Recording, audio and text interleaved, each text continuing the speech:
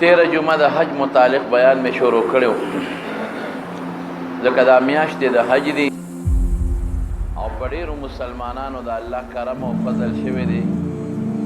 څوک حج ته روان دي او څوک تللی زمارونو انسان چې حج لذي زمونږ د ملک او د پاکستان نه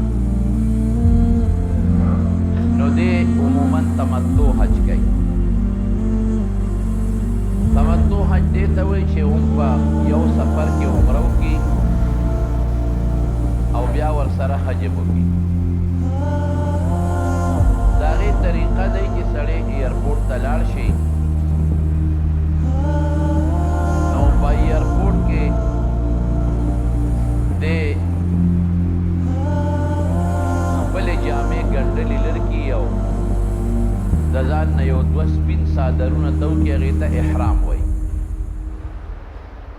بهتره دا ده چې سړی د کور نه ځي نو کور د دې خپل غسل وکړي نوکونه دې کټ کړي زیاتي ویښته دې لر کړي او چې چا سره د کاروبار شوی دی او د ده سوچ دی چې د ده ماته سره وړېدلي نه هغې سره د خپل لیر دې صفا کړي که د چا پې پیسې پورې دي قرضونه دې خلاص کړي که معافي دې وغواړي خپلو تربورانو رشته دارانو کې اکثر خلک یو بل سره زیاتې کمې بیشې کوي هغې نه دې معافي وغواړي او چې کله د کور نه وځي نو بهتره دا ده چې یو 2 رکعته نفل وکړي او ښه دا ده چې دې کوټې ته ننوځي ځان پسې کونډو لګوي هېڅ څوک هم نه او دې 2 رکعته نفل وکړي او دا نفلو نه پس دعا وکړي چې یا الله زه په یو لوی سفر ځم او دا سفر خدای ستا د رضا دپاره کوم ځکه دا شیطان سړي ته وسوسې اچوي چې حج به وکړې او چې راځي خلک به راته حاجي صاحب وایي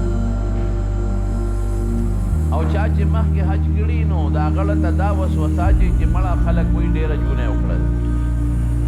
او چې راشم که خیري خلک به راته غاړه وځي او څېرې به راته اچي یو لوی دومدام به او خیرات به یو دا نیتونه او دا وسوسې انسان ته اچولی کېږي او نبی کریم صلی الله علیه وسلم فرمایي چې اخره زمانه کې بعضې خلک به حج دی لکوي چې خلکو ته وښایي چې ما خو ډېر حجونه وکړل او زه ډېر نیک سړی او څوک به حج دې دپاره کوي چې زه لاړ شم او چکر ولګوم او سیل وکړم او د هغه ځای صفتونه بیا کوم خلکو ته او بعضې خلک به داسې وي چې هغې به حج کوي صرف د الله د رضا دپاره چې زمانه پې لوی الله راضي شي نو چې دا 2 رکعته وکړي نو الله ته لاس اوچت کوی خدای شیطان زما غټ دشمن دی او ما پسې لګېدلی دی او ما ته به غلط سوچونه او غلطې وسوسې اچوي او خدایه زه دا حج ستا دپاره کوم الله که ما ته شیطان څه غلط سوچ او فکر وسوسه اچوي زما ته توبه ده روانېږم خدایا کور بال بچ پرېږدم د دې به ته حفاظت کې او زما به په دې سفر کې خدای حفاظت کې او رب العالمینا که غلط نیتونه او غلط سوچونه راځي د هغې زه معافي غواړم بیا به د کور د بندیانو نه اجازت والي او د کور نه به وځي نو عموما هم داسې لیدلي دي چې دا خلک جاړي ښځه ورپسې جاړي لوڼه جاړي مور جاړي بچی جاړي ولې لکه دا چې ته جنګ ته روان دی خو د خدای رضا له روان دی خوشحاله شئ شکر وباسئ چې ستا د کور نه یو بنده بیت الله لځي ماشاءالله او ستا د کور نه یو بنده د رسول الله مبارک ملاقات ته ځي شکر نو وباسئ وخانده او خوشحاله شه او د کور ښځه او بچي دی الله ته د شکریې منځ وکړي چې زه به د بیت الله خوا کې نن په دوا کې یادېږم او زه به مدینه منوره کې د رسول الله مبارک په مخ کې په سلامونو کې یادېږم نو دا که دوبۍ ته څوک دي څوک به پسې نه جاړي که څوک کراچۍ ته ځي میاشت له به لاړ شي هلته مزدورۍ له څوک ورپسې نه جاړي سختۍ له ځي او څوک نه جاړي او چې د خدای کور له ځي نو په غلط څیز باندې او په ژړا او په ښکلا باندې وباسي دا ښه شی نه دی نبي علیه السلام فرمایي چې سړی د کور نه وځي په خوشحالۍ دی په سفر وځي او چې ښځه بچي خفه کېږي بیا د حج څه دی دیم جاړي ټوسکه ټوسکه کوي او ښځې خو د قصده جاړي هسې ورته ځان ښایي چې ګنې زه راپسې خفه یم منځ کې ښه خوشحاله وي او دیم د قصده ټوسکه ټوسکه کوي چې دا ښځې ته ځان ښیم چې ګورې ښځې ته تا پسې ډېر زیات خفه یم نور د میان دال نه خو یې مونږ خبر یو که مونږ ته پته ده نو دا ټوسکې ټوسکې او دا جړاګانې دا په شریعت کې ګناه ده او ښه خبره نه ده نیکفالۍ سره وکړه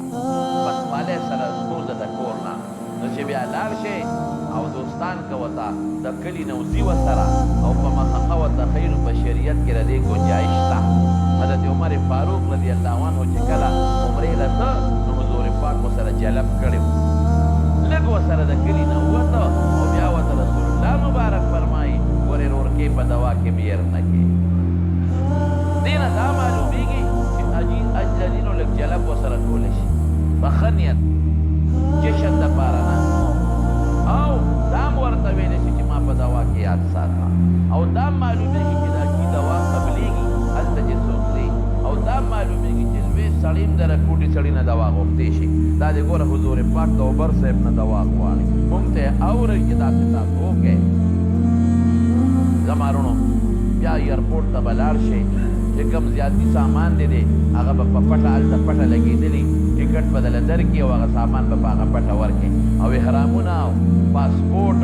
او ټکټ او پیسې به د ځان لګي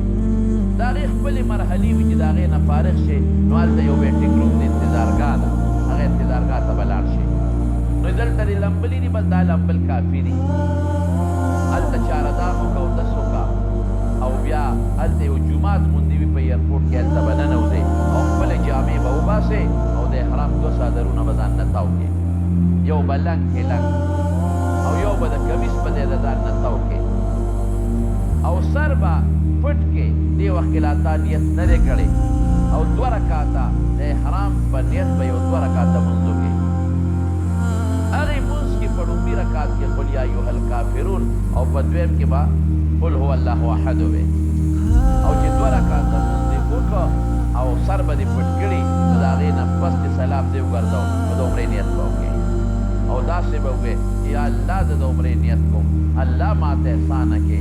او قبول هم کړه له خدایه اللهم انی اريد العمرة فيسرها لي وتقبلها مني خدای آسانه کې او قبول کې او چې دا نیت وکړي سر به سر تور کې او دې به زر لبیک شروع کې لبیک اللهم لبیک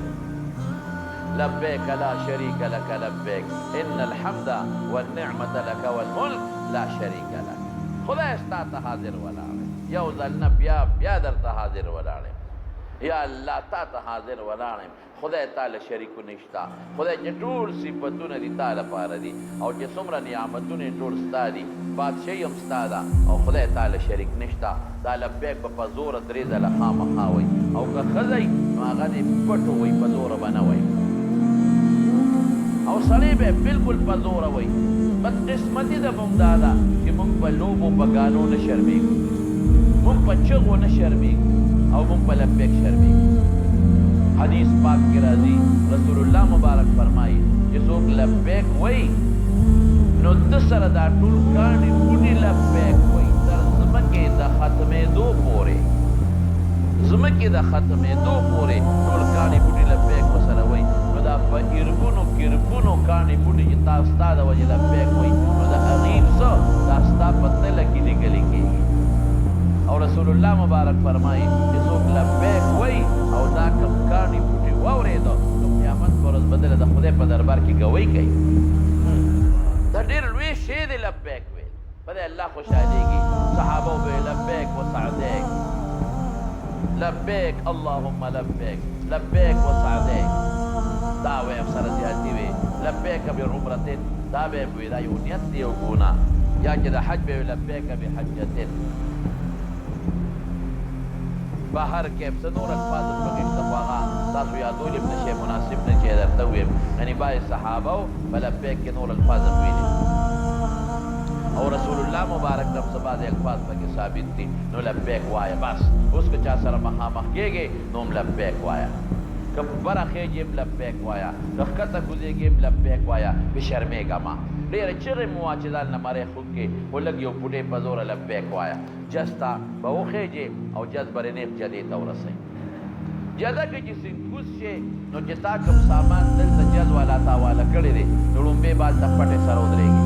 ټول اجیان به ځي هلته په پټې سره ودرېږي هغه سامانونه په پټه بار راوځي هغې کې به خپل بیګ یا خپل بکس وګورې او ځان سره به یې والې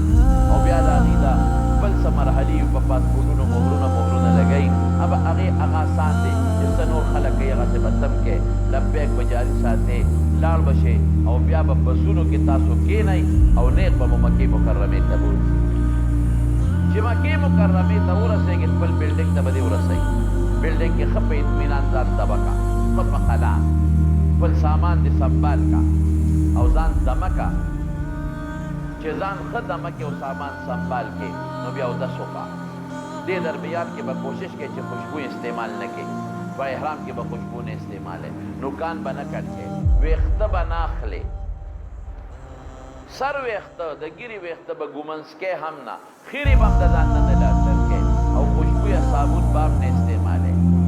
بالکل پرهیز کې به اوسېږي مخ به نه پټئ سر به نه پټئ او خپو کې به هم داسې چپل واچئ چې ستا د خپې د بره د هډوکي پکې ښکاري او دا ګیډۍ دې پکې ښکاري ما تاسو ته 13 جمعه ویلو د لیونتوب او د عاشقانو شکل به ځان له جوړ کړي رسول الله مبارک نه تپوس وشو وی کوم یو حج غوره دی وی چې د لبیک چغې پکې وي او خلک پکې څاروي حلال کړي او وی کوم یو حاجي د خدای په نس غوره دی الله اکبر وی هغه حاجي د خدای په نس غوره دی چې دا ببره ګیره او ببر سر یې نیولې او څښا بیت ترې روان دی الشعث الطفل هغه انسان چې ببر سر ببره ګیره ځان مه پاکوه او هغه انسان چې د هغه نه خیرې روانې خیرونک او خیچل دا د خدای په دربار کې ولې الله فرشتو ته وایي فرشتو تاسو خو چې انسان مه پیدا کوه وګوره که نه ښځه یې پرېښوه بچي پرېښو کور کلی پرېښو او په زرګونو میلو بلا پیسې ولګولې او دلته ماله راغې او دې دې ویښتو ته وګوره لیونۍ د ځانه جوړ کړی دی دې ګیرې ته یې وګوره خو چې ګیرې وي ګورې حج ته ځي بعضې ګیره نه پرېږدي هلکه چې دومره در باندې خدای فضل او کرم وکړ نو ګیره ولې نه پرېږدې دا ګیره دې پرېږده د پیغمبر سنت ته په دې ځان ښکلې ښکاره کړه وګوره ورته دا ببر سر او دا خیرن خجن او بینتی زی او بزار ندی لکه د لیونو د عاشقانو دی دا د چا دپاره فرشتي وي الله ستا دپاره دا ستا دپاره نو الله د عرفات په میدان کې اعلان کړي ګواهان شئ دا مې ټولو خبر چې ورسېږي مکې شریفې ته سامان سنبال کې یو پټی غوندې خلک اچي میانۍ ورته وي هغې کې خپلې پیسې کېږده په اطمینان سره پاسپورټ خو به د معلم والي په جزه کې د هغې نه خو خلاص شوې ټکټ به ځان سره خپل سنبال کې د معلم ګاډې به دې رسوي خپل بلډینګ ته دغې د بېغمه اوسېږه چې ښه په قلار شي نو بیا به بیت الله له روان شي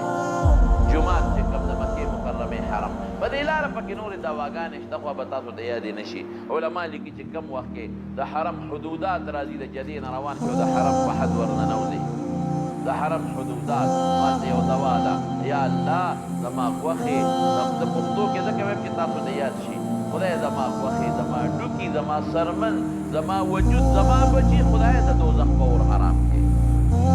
او چې کله د مکې آبادي ووینې نو بیا به یا خدایه په دې مکه کې ماله ښکلی ژوند راکړه ماله پکې خوشحاله ژوند راکړه ماله پکې رزق حلال راکړه او ما پکې خدایه د بیمارو نه پاک وساته عبادت مې پکې قبول کړه ګوره دا د پښتو دواګانې سړي ته یادېږي او چې کله په حرم شریف وردننه شي ورننوځې نو سترګې ښکته کړه په دروازه کې ورځې رو رو ځه او سترګې ښکته کړه خپلې چپلې ښه دا ده چې سړي ته یو رکوټې ګوتې وي په هغې کې څپلۍ واچوي مخکې حرم کې د څپلو د ایښودو ځای نه به و نو هغې کې به خلکو څپلۍ کېښودې محفوظ به پرتې وي اوس چونکې حرم کې کار کېږي نو هغه ځای نه ګډ وډ دي نو څپلۍ چې دې کېښودې نو بیا د جاروګخې جار چې راځي څپلۍ به دې نه په دې ځان پوه کړه چې کوم ځای دې څپلۍ پرېښودې بس په دې پوه شه چې زه راځم دا څپلۍ به نه نو د ټوکلۍ یو وړه غوندې ګوتۍ وي په ګوتۍ کې څپلۍ واچوه ځان له خپل کور جوړه کړه هغې ته یو غاړکۍ غوندې واچوه غاړې ته واچوه بس اړو غم نه به خلاص وي نو چې څنګه ورو ورو سترګې ښکته کړه ښکته کړه چې داسې ځې نو بیت الله ته ور نږدې شي نو یو سایډ شي او سترګې اوچتې کړه نو چې لومبې نظر دې په بیت الله ور پرېوت نو الله دعا قبلوي نو چې نظر دې پرېوت نو وی الله اکبر الله اکبر الله اکبر ولله الحمد او بیا به تاسو چت کې د خدای حمد به ووایې د رسول الله مبارک درود شریف به ووایې او ښه په شوق وجاړه او د خدای نه دعاګانې وغواړه بعضې خلک وایي چې سترګې دې نه رپولې دا په شریعت کې نشته سترګې به څوک ټینګوي هر څونه که په وخت دعا کې که نیمه ګنټه کې که شل منټه کې ووایه خدایه دې لاول بیت الله ته دعا وکړه وایه خدای دې بیت الله له نورم عزت ورکړي خدای دې له نورم شرافت ورکړي دې له نورم احترام ورکړي او بیا وایه خدایه را دې وستم الله ما ولا بیا بیا راوله ما تاسو ته تېره جمعه ویلو چې بیت الله ته تلل بې د خدای د فضل نه نه کېږي دا د خدای فضل دی